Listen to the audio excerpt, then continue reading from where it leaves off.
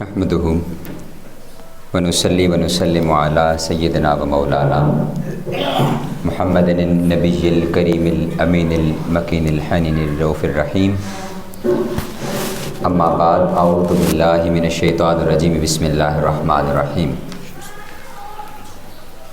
انا اعطیناک الکوثر فصل لربک وانحر ان شانئک ھو الابتر صدق اللہ مولانا العظیم ان اللہ و ملائکتہ یصلون علی النبی یا ایھا الذین آمنوا صلوا علیہ وسلموا تسلیما اللہم صلی علی سیدنا و مولانا محمد النبی الامی وعلی آلہ وسلم تسلیما۔ اللہ جل مجدہ کا فضل و کرم اور کریم آقا صلی اللہ علیہ وآلہ وسلم کے نالان پاک کے تصدق سے بحمدہ تعالی رمضان مبارک کے اس بابرکت اور عظیم مہینہ میں ہم جمعۃ المبارک کے اس عظیم دن میں اللہ رب العزت کے حضور اس کے گھر میں حاضر ہیں، اس کے اور اس کے حبیب صلی اللہ علیہ وسلم کے ذکر کے لیے۔ مالک الملک کا احسان ہے کہ اس نے زندگیوں میں ہمیں ایک مرتبہ پھر یہ موقع عطا فرمایا ہے کہ رمضان کی بابرکت گھڑیاں بھی عطا فرمائی ہیں، اور یہ توفیق بھی بخشی ہے کہ ہم ان گھڑیوں کے اندر اس کے حضور پیش بھی ہو رہے ہیں۔ اللہ رب العزت ہم سب کی اس حاضری کو، عبادات کو، ذکر اذکار کو، تلاوت کو اپنی بارگاہ میں قبول و منظور فرمائے، اور یہ جو رمضان کا رنگ ہے یہ اللہ رب العزت ہماری زندگیوں میں پختہ فرمائے۔ آج کی ہماری اس نشست کا جو موضوع ہے وہ جو 15 رمضان مبارک کل کا دن تھا، وہ تاریخ اسلام کے اندر ایک بڑا ہی اہمیت کا حامل دن ہے۔ بالخصوص کریم آقا صلی اللہ علیہ وسلم کی حیات مبارکہ کے اندر یہ بڑا ہی اہم دن ہے، اس لیے کہ یہ آقا علیہ السلام کی بڑی ایک عظیم خوشی ہے، اور وہ خوشی ہے سیدنا امام حسن مجتبیٰ علیہ السلام، آپ کا یوم ولادت ہے۔ جو میں نے سورہ مبارکہ سورہ کوثر تلاوت کی ہے کہ اللہ رب العزت نے جو فرمایا کہ محبوب ہم نے آپ کو کوثر کثرتوں کی کثرت عطا فرمائی، اور پھر فرمایا کہ آپ کیا کریے، آپ فصلی نماز پڑھیے لربک اپنے رب کے لیے، اور وانحر قربانی کریے، اور پھر آخر میں فرمایا ان شانئک ھو الابتر، بے شک جو آپ کا دشمن ہے وہ بے نام و نشان اور ابتر ہونے والا ہے۔ یہاں پہ میں ضمناً مختصراً اس کا بیک گراؤنڈ عرض کر کے پھر سیدنا امام حسن علیہ السلام کی سیرت مبارکہ کے اوپر آ جاؤں گا۔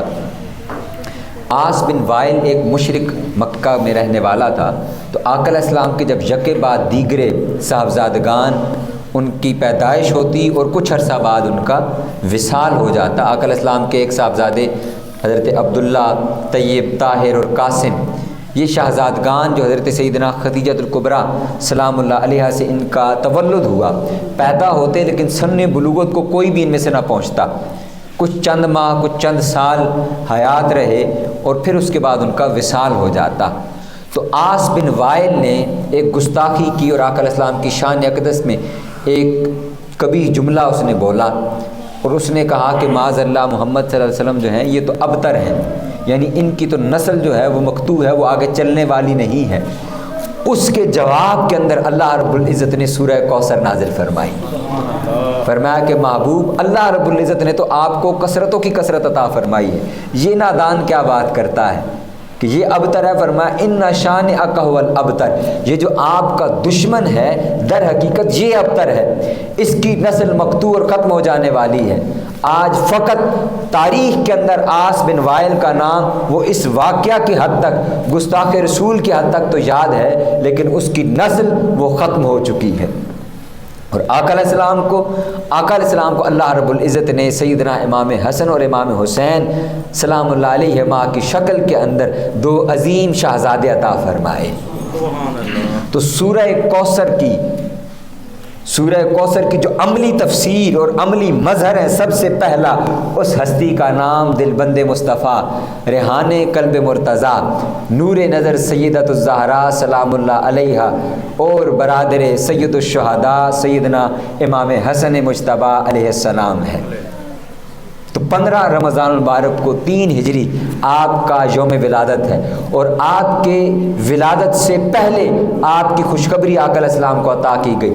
حضور کی چچی حضرت عباس بن عبد المطلب کی زوجہ حضرت ام فضل رضی اللہ تعالی عنہ، حضرت عبداللہ بن عباس کی جو والدہ ہیں، آپ فرماتی ہیں کہ یا رسول اللہ، میں نے ایک بڑا عجیب خواب دیکھا ہے، اور وہ یہ ہے کہ آپ کے جسم اتھر کا ایک ٹکڑا، گوشت کا ٹکڑا، وہ آپ سے جدا ہوا اور میری گھر میں اور میری گود کے اندر وہ آ گیا۔ آقا علیہ السلام نے ارشاد فرمایا کہ اے ام فضل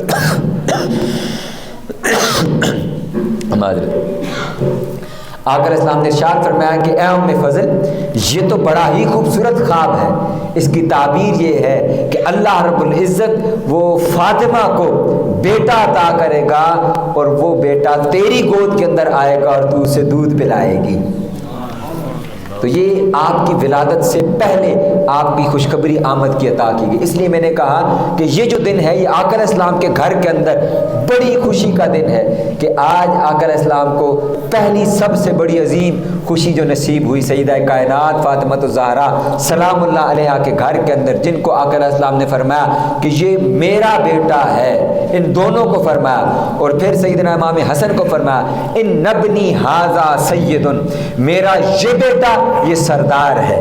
اور پھر آقا علیہ السلام نے ارشاد فرمایا کہ آدم علیہ السلام سے لے کر قیامت تک ہر شخص کا نسب اور اس کی نسب وہ اس کے بیٹوں سے چلنے والی ہے، سوائے میرے کہ میرا نسب اور میری نسل وہ فاطمہ سے چلنے والا ہے، اور یہ دونوں شہزادے حسن اور حسین یہ میرے بیٹے ہیں، اور میرا نسب وہ ان سے چلنے والا ہے۔ تو آقا علیہ السلام نے ان کو خاص فرمایا، خاص فرمایا، یہ اعزاز کسی اور کو پھر حاصل نہیں ہے۔ ان کا نام نامی جو جب آقا علیہ السلام کی بارگاہ میں پیش کیا تو آقا علیہ السلام نے فرمایا اے علی، تو نے ان کا نام کیا رکھا ہے؟ سیدنا امام حسن کا تم نے نام کیا رکھا ہے؟ عرض کی یا رسول اللہ، وہ کیونکہ شجاع تھے، شجیع تھے، بہادر تھے، اور جنگ سے آپ کو شغف تھا، تو آپ ایک روایت کے مطابق آپ نے نام حرب تجویز فرمایا، اور ایک روایت میں آپ نے فرمایا کہ میں نے ان کا نام حمزہ رکھا۔ آقا علیہ السلام نے ارشاد فرمایا کہ اے علی، تجھے مجھ سے نسبت ہے ہارون والی، تجھے مجھ سے نسبت ہے ہارون والی، تو ان کا نام ہارون علیہ السلام کے شہزادے شبر اور شبیر کے اوپر حسن اور حسین رکھا جائے گا۔ اور پھر ایک روایت میں آقا علیہ السلام نے ارشاد فرمایا کہ اے علی، ہم حکم الہی کا انتظار فرمائیں گے۔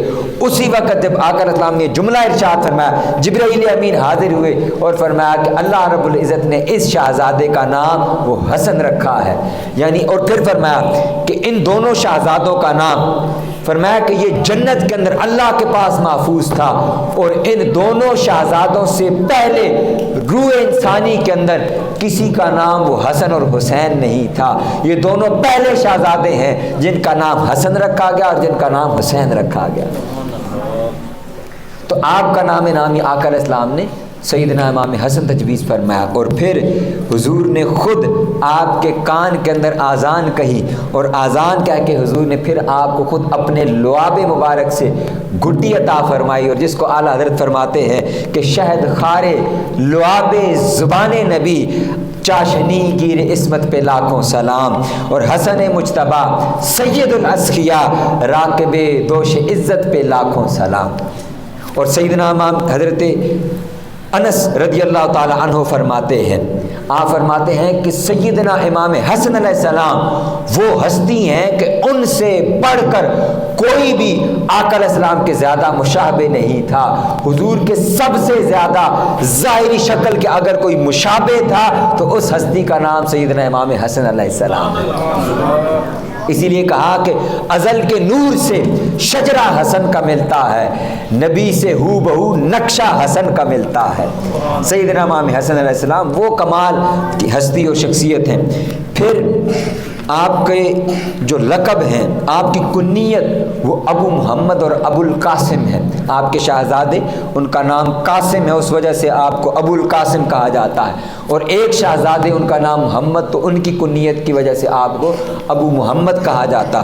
اور آپ کے لقب صبت رسول اللہ صلی اللہ علیہ وسلم، آقا علیہ السلام کے شہزادے اور بیٹے. پھر ایک آپ کا لقب ریحانۃ الرسول اللہ صلی اللہ علیہ وسلم، آقا علیہ السلام کا پھول. حضور نے ارشاد فرمایا آقا علیہ السلام سیدنا امام حسن کو سونگ رہے تھے. واہ واہ، قربان جائیے. ہمارے ہاں بچوں کو چوما ضرور جاتا ہے لیکن سونگتا کوئی نہیں ہے. آقا علیہ السلام اپنے دونوں شہزادوں کو سونگا کرتے تھے. عرض کی یا رسول اللہ آپ انہیں سونگتے کیوں ہیں؟ فرمایا کہ یہ دونوں میرے پھول ہیں، ریحانتئی، یہ دونوں شہزادے یہ میرے پھول ہیں، اس لیے میں ان کو سونگتا ہوں. تو یہ آقا علیہ السلام کے پھول ہیں سیدنا امام حسن علیہ السلام، اور ان کا لقب ہے. اور سیدنا امام حسن علیہ السلام ان کی یوم ولادت جو میں نے عرض کی وہ 15 ہجری، 15 رمضان المبارک سن 3 ہجری آپ کا یوم ولادت ہے. اور آپ کو ایک عجیب بات عرض کرتا چلوں، یہ بھی تاریخ انسانی کے اندر واحد ایک ہستی ہیں کہ جو فقط 1 ماہ کے تھے، انہوں نے غزوہ کے اندر شرکت کی، فقط 1 ماہ کی عمر کے اندر. یعنی 15 رمضان المبارک سن 3 ہجری کو آپ کا یوم ولادت ہے، اور 17 شوال کو غزوہ احد لڑا گیا. اور سیدہ کائنات فاطمہ الزہرا سلام اللہ علیہا جب حضور کی شہادت کی خبر احد کی جنگ کے اندر پھیلی تو آپ سیدنا امام حسن کو اپنی گود کے اندر لے کر غزوہ احد کے اندر شریک ہوئی اور آقا علیہ السلام کی مرہم پٹی کی. اس طرح سیدنا امام حسن وہ ہستی ہیں کہ جنہوں نے فقط 1 ماہ کی عمر مبارک کے اندر آقا علیہ السلام کے ساتھ غزوہ کے اندر بھی شرکت کی ہے. پھر آپ کی حیات مبارکہ اور سیرت مبارکہ وہ ہمارے لیے بڑا ایک کامل نمونہ ہے. میں چاہتا ہوں کہ ان گوشوں کو آج ہم دیکھیں اور سنیں کہ آپ کی زندگی کے بہت سے پہلو ہم سے اوجھل رہتے ہیں. ہمیں آپ کی حیات مبارکہ کے بارے میں بہت کم معلومات ملتی ہیں، بہت کم. اس کی میں ایک وجہ عرض کرتا چلوں. اس کی ایک بڑی وجہ یہ ہے کہ سیدنا امام حسن وہ 5ویں خلیفہ راشد ہیں. وہ کیا ہیں یہ یاد رکھیے. خلیفہ راشد وہ 4 نہیں ہیں، وہ 4 یار ضرور کہا جاتا ہے. وہ کیا کہا جاتا ہے؟ 4 یار، کیونکہ وہ آقا علیہ السلام کے صحابی ہونے کی وجہ سے انہیں یار کہا جاتا ہے.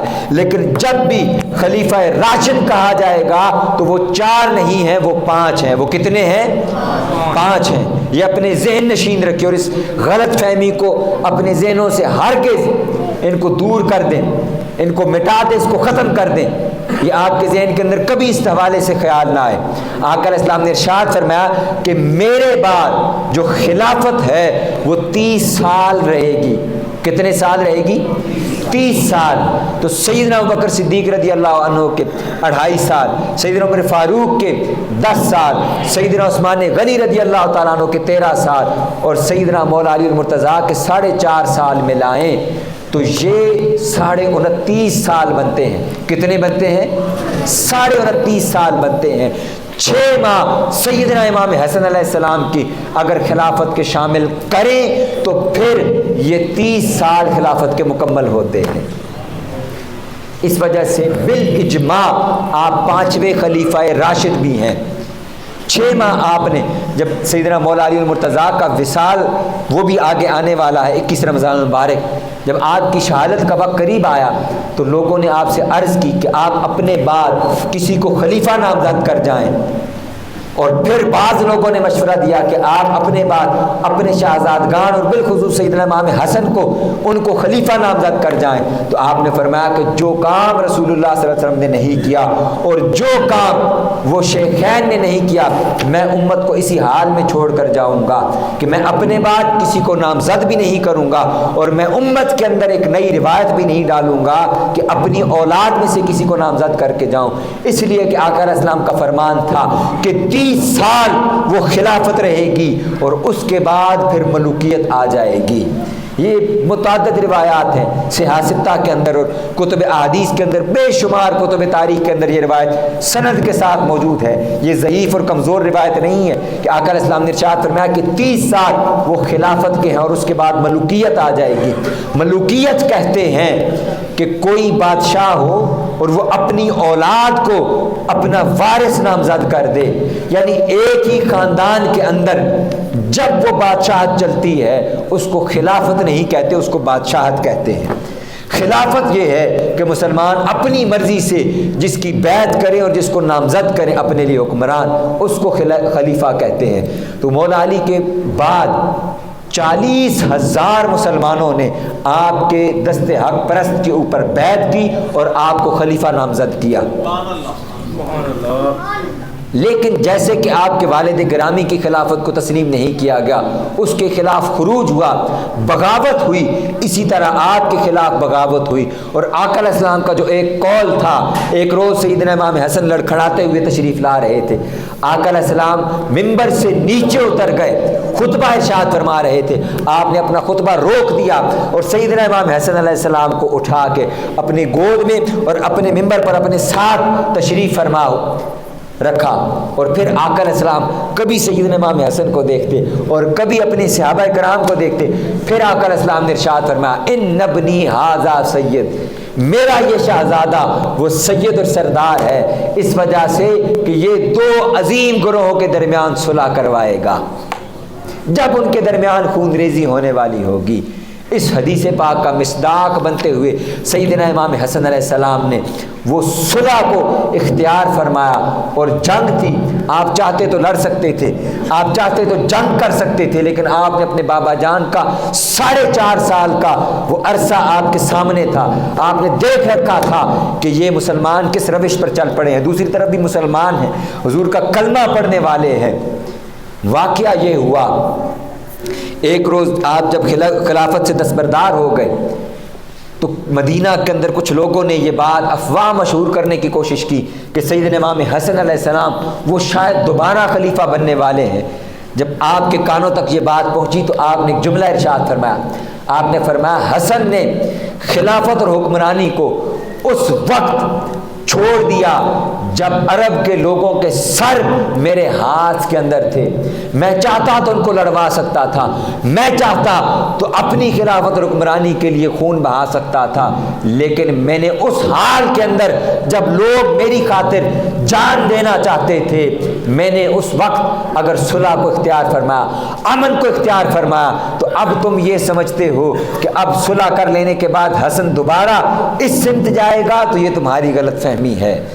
حسن نے 65.5 لاکھ مربع میل کی سخاوت کی ہے، اس لیے آپ کو سید الاسخیاء کہا جاتا ہے۔ تاریخ انسانی کے اندر اتنی بڑی سخاوت بھی کسی نے نہیں کی کہ 65 لاکھ مربع میل کی کوئی سخاوت کر دے، ایسا سخی۔ اور پھر آپ کی سخاوت مشہور تھی، آپ اتنا مال تقسیم فرماتے، اتنا مال کہ امام حاکم نے المستدرک کے اندر اور دیگر روایات کے اندر آتا ہے کہ آپ نے 2 مرتبہ اپنا سارا مال وہ راہ خدا کے اندر دیا، اور 3 مرتبہ آپ نے اپنے گھر کا آدھا مال وہ راہ خدا کے اندر خرچ کر دیا۔ پھر آپ کی سخاوت کا عالم یہ تھا، آپ تشریف فرما اور آپ کے پاس ایک شخص دیہاتی بیٹھا ہوا، وہ بار بار ایسے کہتا رہا کہ مجھے 10,000 درہم چاہیے، مجھے 10,000 درہم چاہیے، مجھے اس کی ضرورت ہے۔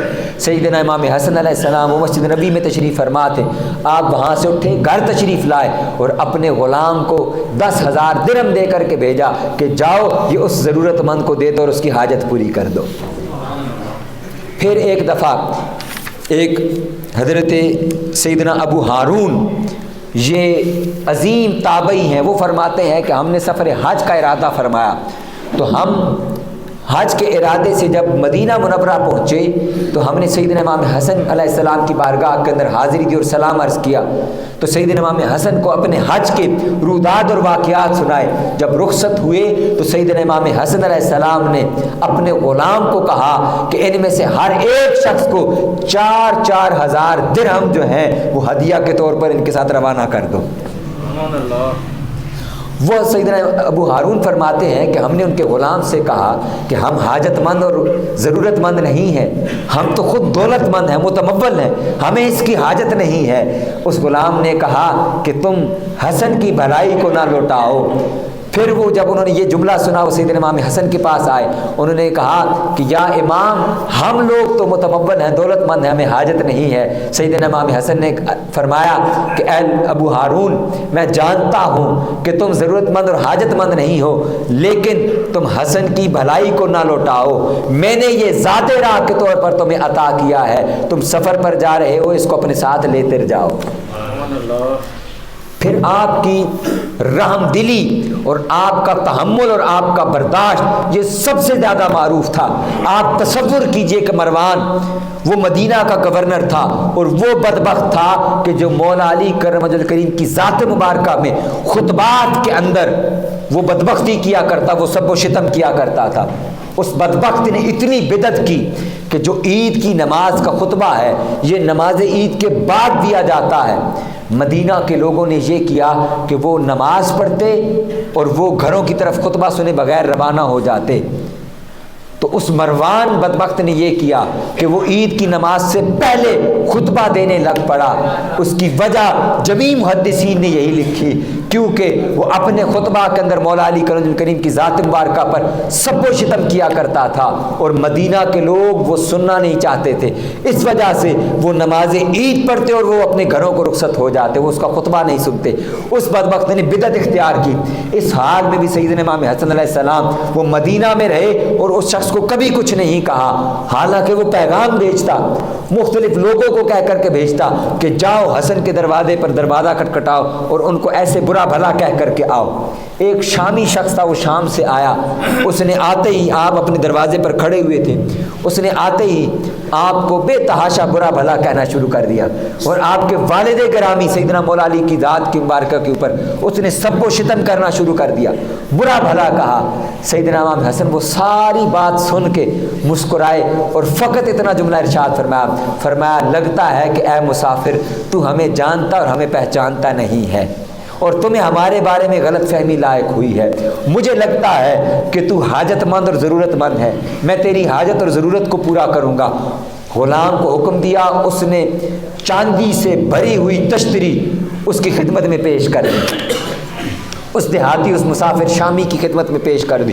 اس نے جو ہی وہ تشتری دیکھی وہ کہہ اٹھا واللہ آپ فرزند رسول ہیں، آپ کی یہی شان ہے۔ پھر آپ کے ایک اور سخاوت کا واقعہ عرض کرتا ہوں۔ سیدنا امام حسن اور سیدنا امام حسین اور آپ کے ساتھ حضرت عبداللہ بن جعفر رضی اللہ تعالی عنہ، آپ لوگ حج پر روانہ ہوئے اور سیدنا امام حسن کے بارے میں عرض کرتا چلوں، آپ نے 25 حج پیدل فرمائے، باوجود اس کے آپ کے پاس بے شمار غلام اور آپ کے پاس بے شمار سواریاں تھیں، لیکن 25 حج آپ نے پیدل فرمائے۔ آپ اپنے بھائی حضرت امام حسین اور حضرت عبداللہ بن جعفر کے ساتھ حج پر روانہ ہوئے، راستے میں آپ کا جو سامان کا اونٹ تھا وہ پیچھے رہ گیا، آپ کو قریب ایک خیمہ نظر آیا ایک بڑھیا کا، آپ اس کے پاس چلے گئے اور بڑھیا کو عرض کیا، اس کو کہا کہ ہمیں کچھ پینے کو دے دو۔ اس بڑھیا نے کہا کہ میرے پاس پانی تو نہیں ہے، میرا خامد پانی بھرنے گیا ہوا ہے، تو یہ بکری کھڑی ہے، آپ اس کا دودھ لے لیں۔ اس نے سیدنا امام حسن علیہ السلام کی بارگاہ میں دودھ پیش کیا۔ پھر آپ شہزادگان نے اس کو کہا کہ ہمیں بھوک لگی، ہمیں کچھ کھانے کو بھی دے دو، ہمارا اونٹ پیچھے رہ گیا ہے۔ اس خاتون نے کہا کہ میرے پاس سوائے اس بکری کے اور کچھ بھی نہیں ہے، تو آپ چاہیں تو اس کو ذبح فرما لیں۔ تو آپ شہزادگان نے وہ بکری ذبح فرما لی اور آپ نے فرمایا کہ جب کبھی بھی تجھے حاجت ہو تو تو مدینہ میں ہمارے پاس ضرور آنا اور اپنی ضرورت ہمارے سامنے پیش کرنا۔ وقت گزر گیا، آپ حج سے واپس تشریف لے آئے، وقت گزرا، سال گزر گئے، وہ بڑھیا اس کے خامند، بلکہ یہاں پر میں رک کر یہ عرض کرنا چاہوں گا کہ جب اس کا خامند جو پانی لینے گیا ہوا تھا وہ واپس آیا تو اس کو جب اس بڑھیا نے بتایا کہ ایسے کچھ لوگ مسافر آئے تھے، انہوں نے بکری کا دودھ بھی پیا اور بکری بھی ذبح کر لی، میں نے ان کو مہمان نوازی کر دی، وہ بڑا ناراض ہوا، اس نے اپنی بڑھیا کو بڑا برا بھلا کہا کہ تو سخت نالائق ہے کہ تو نے ایک ہی بکری دی وہ بھی ذبح کر دی۔ اب کچھ عرصہ گزرا، ان کے اوپر فاقہ آیا تو وہ اپنی حاجت اور ضرورت لے کر مدینہ میں آئے۔ اس کا خامد وہ اونٹ کی مینگنیاں لے کر بازار میں فروخت کیا کرتا تھا اور بڑھیا جو ہے وہ مانگتی تھی مدینہ کی گلیوں کے اندر۔ سیدنا امام حسن علیہ السلام آپ اپنے کاشان اقدس کے دروازے پر کھڑے ہوئے تھے، جو ہی اس بڑھیا کو دیکھا آپ لپک کے اس کی طرف گئے اور اس کو فرمایا کہ اے بڑھیا کیا تو نے مجھے پہچانا ہے؟ اس بڑھیا نے کہا نہیں میں نہیں جانتی آپ کو، میں نے نہیں پہچانا۔ سیدنا امام حسن نے اپنا تعارف فرمایا کہ بڑھیا ہم وہ مسافر ہیں کہ جب سفر پر تھے تو تیرے ساتھ ملاقات ہوئی تھی اور تو نے ہماری تواضع کی تھی، آج تو ہماری مہمان ہے تو بتا تیری کیا حاجت ہے؟ اس نے اپنا مدعا عرض کیا کہ ہم ایسے فاقے سے زندگی بسر کر رہے ہیں۔ سیدنا امام حسن علیہ السلام نے اس بڑھیا کو 1000 بکریاں اور 1000 درہم دیے۔ یہ درہم دے کر فرمایا کہ جاؤ حسین کے پاس جاؤ اور اسے بتاؤ کہ میرے بھائی حسن نے، تمہارے بھائی حسن نے مجھے یہ دیا ہے، یہ عطا کیا ہے۔ وہ حضرت امام حسین کے گھر گئی اور اس نے اپنا تعارف کرواتے ہوئے عرض کیا کہ مجھے سیدنا امام حسن نے 1000 بکریاں اور 1000 درہم دیے ہیں۔ سیدنا امام حسن علیہ السلام نے بھی اس کو 1000 بکریاں اور 1000 درہم عطا کر دیے۔ اور سیدنا امام حسن نے کہا کیونکہ حضرت عبداللہ بن جعفر بھی ہمارے ساتھ تھے اور وہ بھی قبیلہ بنو ہاشم سے ہیں اور وہ بھی سیدنا امام مولا علی کریم کے بھائی ہیں، ان کے بھتیجے ہیں، تو ان کے پاس بھیجا اور ان کو کہا کہ بڑھیا کو کہ جاؤ ان کو بتاؤ کہ مجھے دونوں بھائیوں نے یہ عطا کیا ہے۔ وہ بڑھیا حضرت عبداللہ بن جعفر کے پاس گئی، ان کو بتایا کہ مجھے ان دونوں شہزادگان نے 1000 درہم اور 1000 بکری عطا کی ہے۔ تو حضرت عبداللہ بن جعفر نے انہیں 2000 درہم اور 2000 بکریاں عطا کی۔ نعرہ تکبیر، نعرہ رسالت، نعرہ حیدری، نعرہ غوثیہ۔ تو پھر وہ 4000 درہم اور 4000 بکریاں لے کر وہ دونوں میاں بیوی رخصت ہوئے وہاں۔ یہ آپ کی سخاوت کا عالم ہے۔ پھر ایک شخص وہ آپ کے پاس آیا، اس نے اپنی حاجت پیش کی، اس کو موجم الکبیر کے اندر روایت کیا گیا ہے، اور فرماتی کہ وہ اس نے اپنی حاجت پیش کی تو سیدنا امام حسن علیہ السلام نے اس کو 4000 یا 5000 درہم عطا فرمائے۔ اب وہ کمزور تھا، اس سے وہ اٹھائے نہیں جاتے تھے۔ آپ نے ایک مزدور کو بلا بھیجا، مزدور کو بلا کر فرمایا کہ یہ زادے راہ اور سامان یہ اس کی سواری پر لاد دو۔ جب وہ لاد دیا، اس مزدور کی بھی مزدوری آپ نے اپنی جیب سے عطا فرمائی۔ اور پھر سیدنا امام حسن علیہ السلام آپ کے بارے میں کریم آقا صلی اللہ علیہ وسلم نے ارشاد فرمایا کہ واللہ کائنات کی عورتوں میں سے کوئی کسی عورت نے وہ حسن جیسا بیٹا نہیں جنا۔ اور پھر ایک مرتبہ سیدنا امام حسن اور امام حسین علیہ السلام یہ کشتی کر رہے تھے دونوں، اور آقا علیہ السلام موجود تھے، مولا علی موجود تھے، سیدہ کائنات فاطمہ الزہرا سلام اللہ علیہ موجود تھی۔ تو حضور سیدنا امام حسن کو حوصلہ افزائی فرماتے، ان کو بڑھاوا دیتے۔ تو سیدہ کائنات نے کہا یا رسول اللہ حسین بھی آپ کا بیٹا ہے، آپ حسن کی تو حوصلہ افزائی فرماتے ہیں، حسین کی نہیں فرماتے۔ آقا علیہ السلام نے ارشاد فرمایا کہ اے فاطمہ حسن کی حوصلہ افزائی میں کر رہا ہوں، حسین کی حوصلہ افزائی وہ جبرائیل کر رہے ہیں۔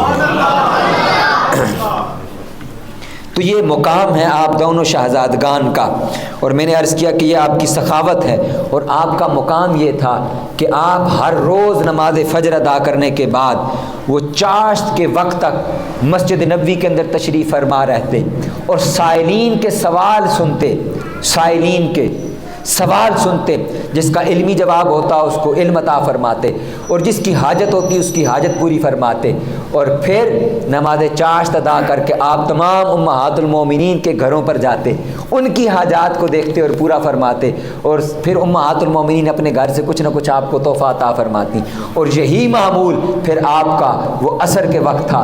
اور آخری بات جس پر گفتگو کو ختم کریں گے کہ آپ وہ ہستی ہیں جو آیت مباہلہ کی بھی مصداق ہیں، کہ نجران کے عیسائیوں کی مباہلہ کے لیے جب آقا علیہ السلام جانے لگے تو وہ جو آیت نازل ہوئی کہ فَقُلْ تَعَالَوْا نَدْعُ أَبْنَاءَنَا وَأَبْنَاءَكُمْ، تو اس ابنا سے مراد وہ سیدنا امام حسن اور امام حسین ہیں۔ پھر آیت تطہیر نازل ہوئی کہ یا رسول اللہ، اللہ رب العزت آپ کے اہل بیت کے ہر قسم کے رجس کو پاک کرتا ہے اور آپ کو تطہیر عطا فرماتا ہے، آپ اس کا بھی مصداق ہیں۔ آپ آیت اطعام جو سورہ الدہر کی آیات ہے کہ یوفون بالنذر ویخافون ویطعمون الطعام علی حبہ مسکینا ویتیما واسیرا، اس آیت کے مصداق یہ آپ کا شان نزول ہے۔ اور پھر آیت مودت کہ قل لا اسألکم علیہ اجرا الا المودۃ فی القربى، وہ بھی آپ کی شان میں نازل ہوئی۔ اور پھر سورہ کوثر کا جیسے میں نے عرض کیا کہ اس کا عملی مظہر آپ ہیں، آپ کو 3 مرتبہ زہر دیا گیا۔ کتنی مرتبہ؟ 3 مرتبہ۔ یہاں رک کر میں ایک اور بات عرض کرنا چاہوں گا، آپ کو بہت سے لوگوں سے یہ سننے کو بھی ملے گا اور کتابوں میں پڑھنے کو بھی ملے گا، میں اس غلط فہمی کا بھی ازالہ کرنا چاہتا ہوں۔ یہ بات آپ کی شان کے خلاف مشہور کی گئی ہے کہ آپ کثرت ازواج والے تھے، بہت شادیاں کرنے والے تھے اور مطلاق تھے، آپ شادیاں کرتے اور طلاق کر دیتے تھے۔ یہ بات بنو امیہ کے دور کے اندر آپ کے خلاف پھیلائی گئی۔ ان 250 میں سے کسی ایک کا بھی نام نہیں ملتا کتابوں کے اندر۔ کچھ لوگوں نے کہا 9 شادیاں تھیں، ان 9 میں سے بھی 5 کے نام کسی کو نہیں معلوم۔ اس لیے آپ کی جو شادیاں ہیں وہ یا 4 ہیں یا 5 ہیں، اس سے زائد معروف نہیں ہیں۔ یہ آپ کے خلاف سازش کی گئی اور کتابوں کے اندر جھوٹ گھڑ کے نقل کیا گیا۔ وہ عمل جس کو آقا علیہ السلام ارشاد فرما رہے ہیں کہ جائز کاموں میں سے وہ عمل جو اللہ رب العزت کو ناپسند ہے جائز، لیکن اللہ رب العزت کو ناپسند ہے، اس کو سیدنا امام حسن اختیار فرمائیں گے۔ اور معاذ اللہ آپ خدا نخواستہ وہ عورتوں کے کوئی رسیا تھے کہ آپ شادیاں کرتے اور طلاقیں دینے والے تھے۔